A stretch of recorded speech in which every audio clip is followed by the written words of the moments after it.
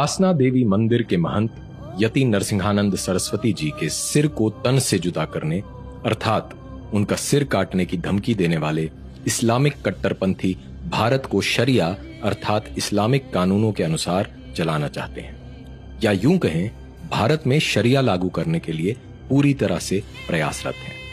वैसे ये पहली घटना नहीं है जब मजहबी कट्टर मुसलमान दूसरे धर्म के लोगों पर ईश निंदा का आरोप लगाकर उनकी जान के दुश्मन बन गए हैं। ऐसी असंख्य घटनाओं में से एक अति महत्वपूर्ण घटना आज से लगभग 100 वर्ष पूर्व ब्रिटिश भारत में घटित हुई थी, जिसे मुस्लिम तुष्टीकरण की राजनीति के कारण लगभग भुला दिया गया है। तो जानते हैं क्या थी वो घटना और क्या थे उसके पीछे के कारण। 1920 के दशक में ब्रिटिश भारत में मुस्लिम तुष्टीकरण की नीति और मुसलमानों का मजहबी उन्माद अपने पूरे उफान पर था। तुर्की के इस्लामी खलीफा की गद्दी और उसके साम्राज्य को बचाने के लिए पूरे भारत में मोहनदास गांधी की अध्यक्षता में कांग्रेस के समर्थन से मुसलमानों द्वारा खिलाफत आंदोलन चलाया जा रहा था। पूरे भारत में धर्मांतरण, क्रूरता और वहशीपन की घटनाएं अपने चरम पर थीं। हिंदू धर्म और हिंदुओं को अपमानित करने के उद्देश्य से कट्टरपंथी मुसलमानों ने सीता का छिनाला नाम से एक पैम्फलेट प्रकाशित किया, जिसमें माता सीता को एक वैश्या के रूप में वर्णित किया गया था। सन 1923 में मुसलमानों की ओर से 2 और पुस्तकें 19वीं सदी का लंपट महर्षि और कृष्ण तेरी गीता जलानी पड़ेगी प्रकाशित हुई थी। पहली पुस्तक में आर्य समाज के संस्थापक स्वामी दयानंद सरस्वती के लिए आपत्तिजनक एवं घिनौने शब्दों का प्रयोग किया गया था, जबकि दूसरी पुस्तक में श्री कृष्ण के पावन चरित्र पर कीचड़ उछाला गया था। मुसलमानों द्वारा दिन प्रतिदिन हिंदू धर्म, देवी देवताओं और हिंदू महापुरुषों के विषय में आपत्तिजनक बातें लिखना और बोलना एक आम बात हो गई थी। हिंदू विद्वानों को लगा यदि इन घृणित कार्यों का उत्तर नहीं दिया गया तो इससे मुसलमानों का साहस और अधिक बढ़ेगा और हिंदुओं का मनोबल गिरेगा। इसी उद्देश्य से इन पुस्तकों के प्रत्युत्तर में पंजाब में महाशय राजपाल ने सन 1924 में रंगीला रसूल नाम की एक पुस्तक प्रकाशित की थी। इस पुस्तक में इस्लाम के संस्थापक मुहम्मद के विवाह एवं गृहस्थ जीवन का व्यंग्यात्मक शैली में लेकिन प्रमाणों और पूरी सत्यता के साथ वर्णन किया गया था। लंबे समय से हिंदू धर्म के बारे में झूठी एवं उत्तेजक सामग्री प्रकाशित करने वाले मुसलमानों में रंगीला रसूल के प्रकाशन से खलबली मच गई। मुसलमानों ने महाशय राजपाल के खिलाफ आंदोलन छेड़ दिया। महाशय राजपाल पर इस पुस्तक के प्रकाशन पर रोक लगाने और इसके लेखक का नाम बताने के लिए दबाव डाला जाने लगा। मुसलमानों द्वारा महाशय राजपाल को धमकी भरे पत्र भेजे जाने लगे। मस्जिदों से इनके खिलाफ भड़काऊ ऐलान होने लगे और फतवे निकाले जाने लगे।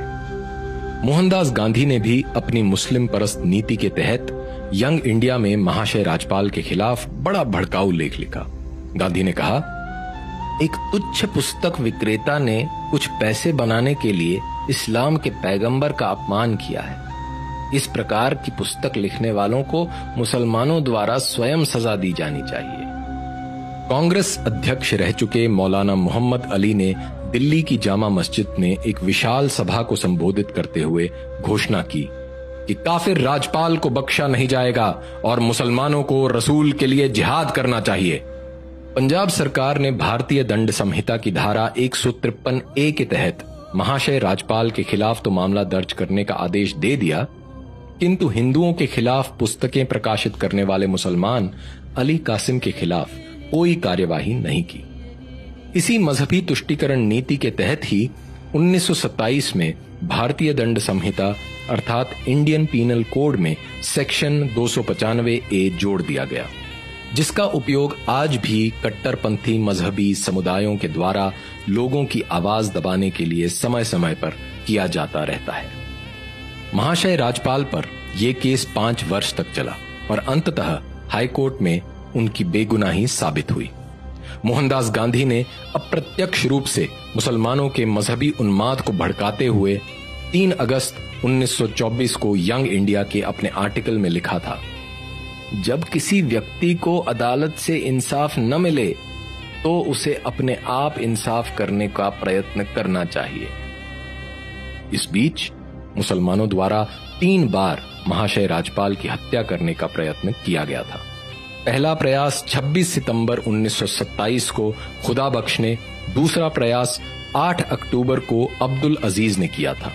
महाशय राजपाल पर तीसरा हमला 1.5 वर्ष बाद 6 अप्रैल 1929 को इल्मुद्दीन नामक मुसलमान ने किया था, जो जानलेवा साबित हुआ। इल्मुद्दीन ने महाशय राजपाल की छाती में छुरा घोंपकर बड़ी बेरहमी से उनकी हत्या कर दी थी। मुसलमानों ने हिंदू हत्यारे इल्मुद्दीन को गाजी की उपाधि दी।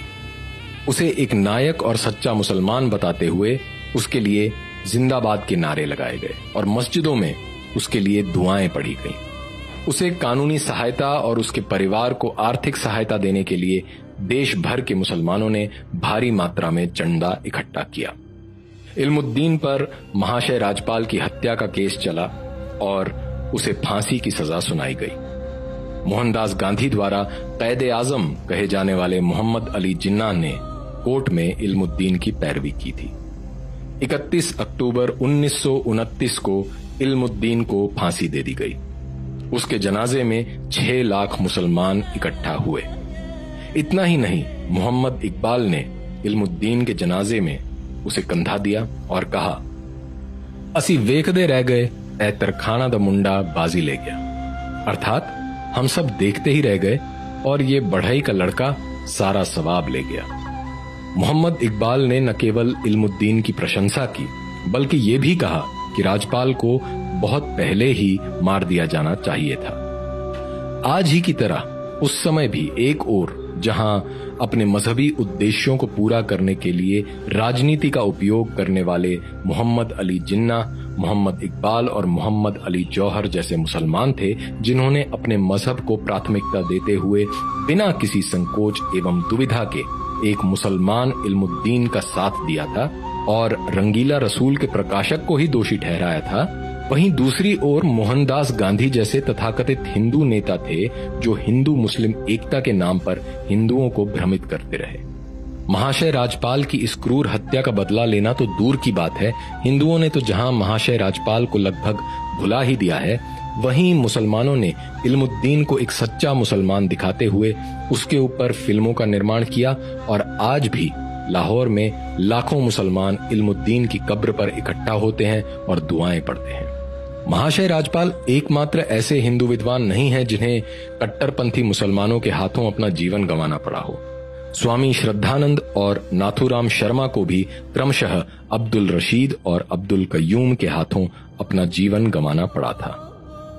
100 साल बाद भी भारत में कुछ नहीं बदला है। न तो मजहबी कट्टरपन बदला है और न ही नेताओं की तुष्टीकरण की नीति बदली है। आज भी हिंदू उन मूल विहीन दलों के पीछे चल रहे हैं जो अपने राजनीतिक हित साधने के लिए धर्म को केवल एक साधन के रूप में इस्तेमाल कर रहे हैं।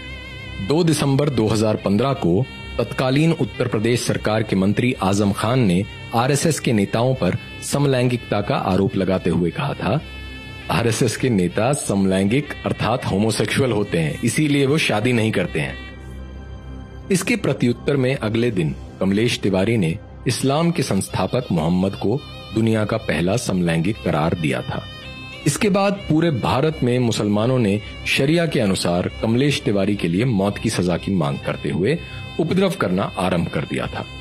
अगले ही दिन उत्तर प्रदेश सरकार ने कमलेश तिवारी को NSA अर्थात राष्ट्रीय सुरक्षा कानून के तहत गिरफ्तार कर लिया। कमलेश तिवारी पर IPC की धारा 153A और 295A के तहत केस चलाया गया और उन्हें कई महीने जेल में रहना पड़ा।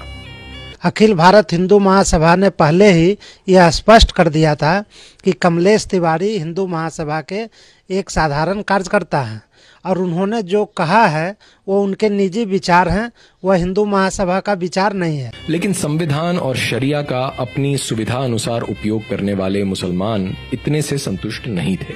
18 अक्टूबर 2019 को फरीदुद्दीन शेख और अशफाक शेख नामक 2 मुसलमानों ने कमलेश तिवारी की हत्या कर दी। की कसम, हम लोग जो ताकत रखते हैं, जब चाहेंगे जिस मंच पर चाहेंगे, जिस मैदान में चाहेंगे, तेरी जुबान को खींच लेंगे। इन मुसलमानों ने कमलेश तिवारी के शरीर में 15 बार छुरा घोंपा, गोली मारी और गला काट दिया। कमलेश तिवारी की इस जघन्य हत्या के बाद भी कोई प्रभावी कदम उठाने की बजाय तथाकथित हिंदूवादी संगठन केवल राजनीतिक बयानबाजी करते रहे। कमलेश तिवारी की इस प्रकार हत्या कोई साधारण हत्या का मामला नहीं था। असल में ये कट्टरपंथी मुसलमानों द्वारा सभी गैर इस्लामिक लोगों को दिया गया एक संदेश था। आज भी आए दिन पूरी दुनिया से इस प्रकार की घटनाएं सामने आती रहती हैं, जिनमें बिना किसी भय के हिंदू देवी देवताओं के बारे में उल्टी सीधी टिप्पणियां की जाती हैं।